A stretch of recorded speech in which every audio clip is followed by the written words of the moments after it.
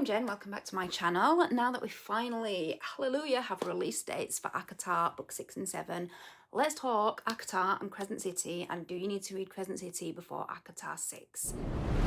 I know that a lot of ACOTAR readers do not want to read an entirely different series to be able to enjoy ACOTAR Book 6 and 7. And I get that, I do. I really enjoy Crescent City, but they are a more urban fantasy, they're a lot more plot heavy than ACOTAR, they're all huge, they're not going to be everyone's cup of tea. However, it is true that what we learn in Crescent City does change a few things that may matter quite a lot for ACOTAR going forward, especially if you care about Nesta, Asriel, the Illyrians, the history of Prythian itself. So this video is not going to be a full Crescent City recap. This is like the ACOTAR reader only version, telling us what Bryce from Crescent City learns when she visits Prythian, what of that actually matters, whether having this crossover was worth it. I actually think it's pretty likely that Sarah J Maas will give us enough of this context in the future ACOTAR books to understand what's going on without you having to read Crescent City.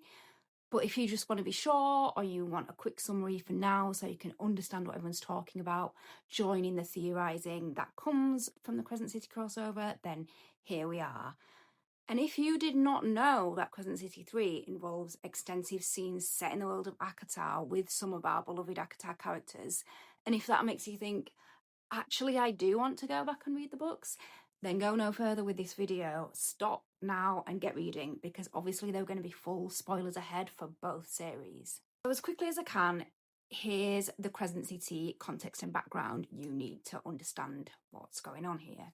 Bryce Quinlan is a main character of Crescent City, and by the time the crossover happens, she has her innate inherited starborn power. We'll come back to this. She's carrying Star Sword, which has some sort of power, and she also has a magical horn embedded in her back tattoo. We'll later find out that this horn is cauldron made with a capital M, i.e. it's part of the Dread Trove, and it allows her to open portals between worlds. Meanwhile, the big villains of Crescent City, the Asteri, are these ancient parasitic rulers who are in charge of her world, Midgard, and they extract power from those who have magic.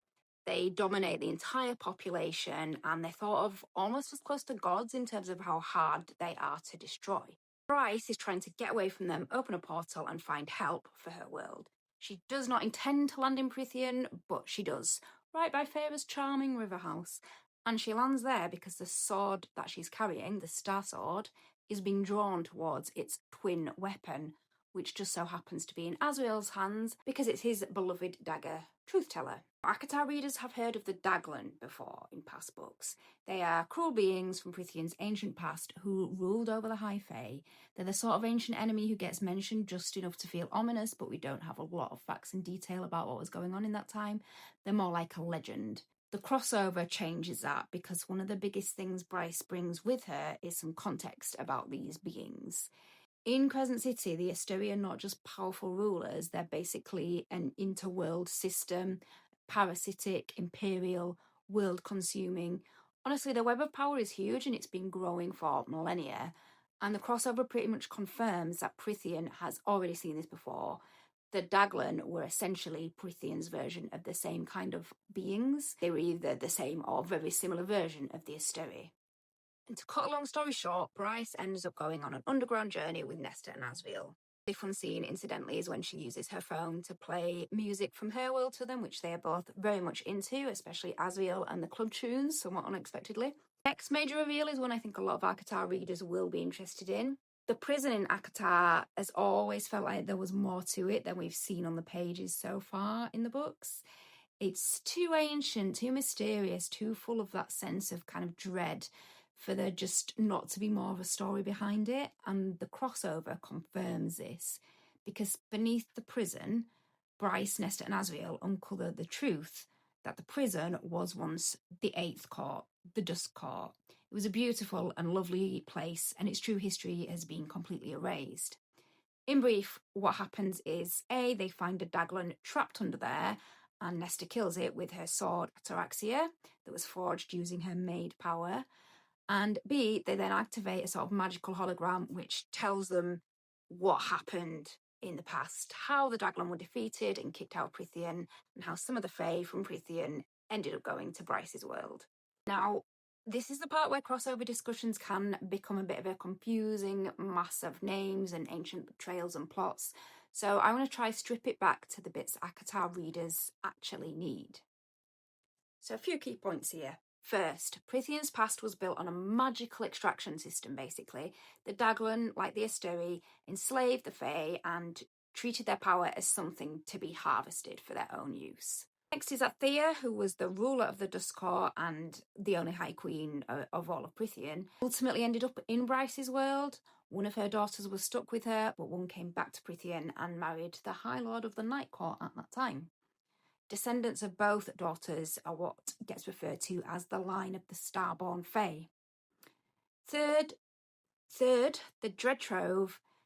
These are more than just some ancient powerful objects. They are leftovers from Prythian's former conquerors. The Daglan corrupted the cauldron and used its power to make the crown, harp, mask, and more. Fourth is that Bryce's star sword is actually the sword Gwydion, which we've heard of before in ACOTAR. It and Truth Teller are twin weapons from this long ago war, and thanks to having been dipped in the cauldron, they have the ability to kill the unkillable, such as the Daglan or Asteri. I believe that Truth Teller, like Star Sword or Gwydion, can only be wielded by descendants of the Starborn Fae. Fifth is that the Illyrians were actually created as weapons by the Daglan. That changes Illyrian history from warrior culture with a brutal reputation, who presumably evolved alongside the High Fae, to instead being something rather sadder and potentially politically explosive. This is a people who were created and shaped by ancient exploitation, later turned against their creators and fought alongside the High Fae for freedom, yet still ended up being treated as less than. After they learn all of this, Bryce basically steals Truth Teller from Asriel and escapes back home.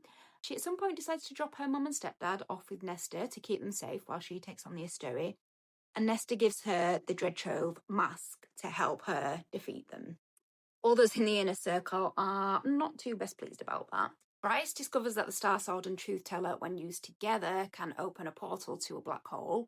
This helps her to defeat the Asteri, after which Bryce returns to Prythian to pick up her parents, and she gives back the mask and Truth Teller, and she also gives Nesta the Star Sword, Gwydion, and basically tells her that she has more to discover about herself. It's worth noting at this point that the 8-pointed bargain tattoo that both Nesta and Cassian previously had is the same shape as a scar Bryce had, which links to the Starborn Fae heritage and the history of the Dusk Court. So, how does this crossover affect our ACOTAR characters? Most obviously, the impact is in relation to Nesta. Nesta already sits in a bit of a strange place within the ACOTAR world. She's tied to the cauldron, tied to made objects, tied to a dangerous old power in a way that's never felt completely finished. And she still is a bit uncertain about her place in the Night Court with the inner circle. And the crossover pushes all of that even further. She travels with Bryce through the prison and they develop a genuine bond and respect for each other. And she helps to uncover all this buried history. She kills the Daglan Vesperus, and Bryce later leaves Gwydion with Nesta, which is not just an empty gesture, it's something that makes Nesta feel quite central to one of Prythian's oldest unfinished stories. If Nesta's able to wield the sword, is it because of the power of the cauldron that both have, or does it relate to her hidden ancestry? We do also see some continuing unresolved tension in relation to her place in the Night Court and, in general, her purpose in life. I found some of this a bit disappointing because it seemed like a real step back from where we were at the ending of Silver Flames. But then, realistically, these issues aren't always neatly resolved and tied up in a little bow in a really cut and dried way. And there is Asriel. The crossover doesn't outright confirm anything in relation to his ancestry, but it certainly gives us a lot to speculate about. Personally, I think about his mother often. Who she is, where is she, if she's alive, unclear. He's obviously a character with quite a bit of mystery, with a lot going on internally, and it'd be interesting to see how the history of Truth Teller and how it ended up in his hands factors into that. Cassian is slightly different because the crossover doesn't much involve him directly, but we do know that unlike Az, he has a lot of respect for Illyrian culture and traditions and kind of has this desire to be accepted by them. If the Illyrians were created as weapons and later treated as lesser than the High Fae even after helping to win their freedom, This does add some interesting aspects to Cassian's struggle around Illyrian identity and his own identity. It may be worth noting that there are also some ongoing signs of the tension between his love for his mate Nesta and his loyalty to Rhys and the Inner Circle, which may develop further or may calm down. We will see. Rhys is also quite important here, though more on a strategic than emotional level. We know from information in the ACOTAR books that he's long been interested in ideas around other worlds, other dimensions, and the truth of the history of Prythian. And what he learns from Bryce confirms that not only do other worlds with other beings exist, but that travel between them can be possible. And also that the history of his world is perhaps darker and more complicated than he knew, which means that he now has knowledge that he can't really afford to ignore, and we know the lengths that Rhys And will go to in order to protect his people, his core, and above all, his mate and son. It's also worth noting that Bryce has a brother who is almost identical to Rhys in appearance, likely something to do with them both being part of the Starborn Fae bloodline. Maybe there's more to that story, who knows. Amryn is also naturally hugely interested in a lot of this, given that she's the only one who was alive at the time of all these ancient events. She apparently arrived in Prythian shortly after the fall of the Daglan, but how much she knows about these beings and whether they're linked to her own origins is unclear.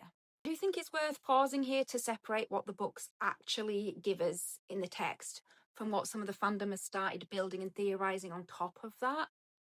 What is confirmed in the text: the Daglan and the Asturi are deeply connected, if not the exact same beings. The prism was once the Dust Court. Truth Teller and Gwydion are twin weapons with a shared history. The Illyrians were created by the Daglan.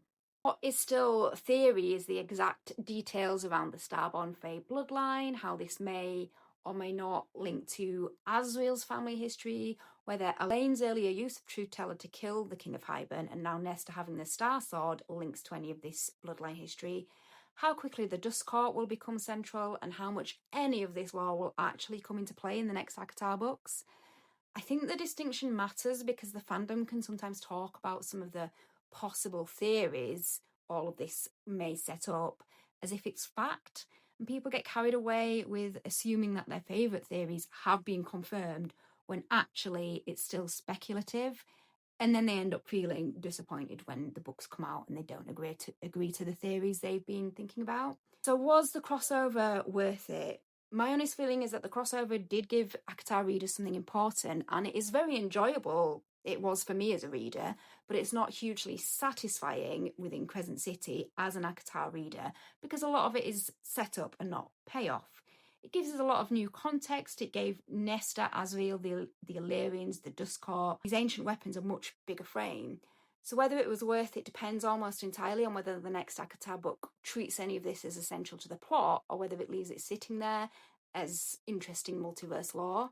Let me know in the comments what you found the most interesting, if anything doesn't make sense, or if you think I've missed something.